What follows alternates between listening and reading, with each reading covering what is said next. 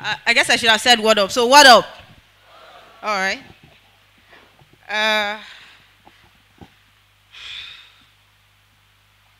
This is no permanent address. When I was 9, my mother placed 3 books in my hands and said, read. The first time I read, I arrived. I was Nko, a girl who wanted so much more, a dead man waiting to be avenged, one of the 3 different women seeking recognition in a world that once said she should be seen, but not heard. First within the pages of Wapa, Emecheta, Onwu, and then Amadi, Achebe, Ike, I found an identity whenever I needed one, an escape from the cultural afflictions that lined the streets or the military presence that threatened the peace of Lagos. Home. I have known no place better than the reached back and ashy scent of pages where my imagination will come alive, threatening to steal me from this world. Yes, if you please. Whenever I was with a book, it was, Obi, are you still here? No, I wasn't. I was sitting in my first New Yam festival, taking my first train ride to Kafanchan.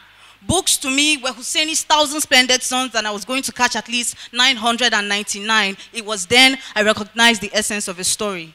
And by 15, I knew I would one day tell mine. But when I discovered poetry, I decided there were not enough colors in the world. Okeke, Christian Rossetti, Okigbo shaped my hand, my future. A few weeks ago, we had to move house.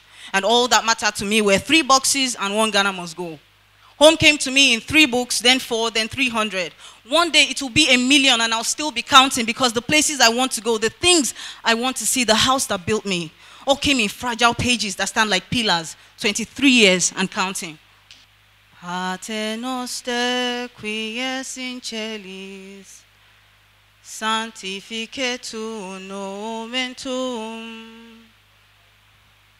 God is in my bones. These bones make music and touch poetry.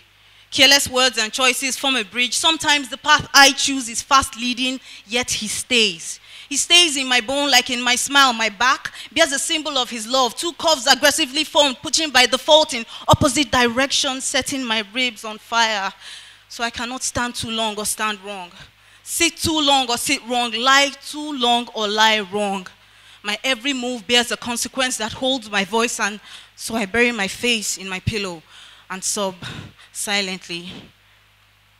My mother is in the next room. Our Father, who art in heaven, hallowed be thy name.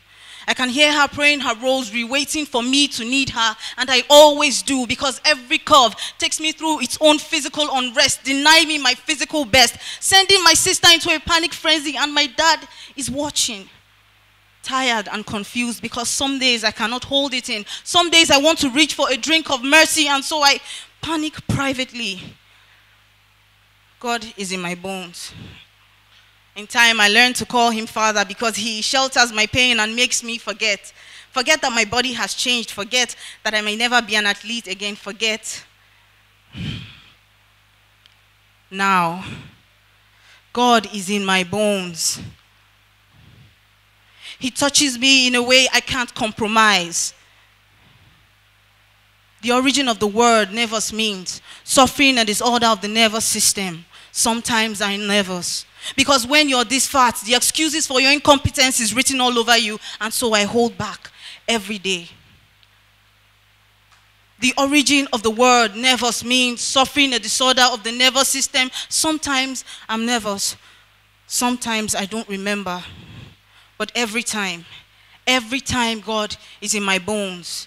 Celebranos amalom.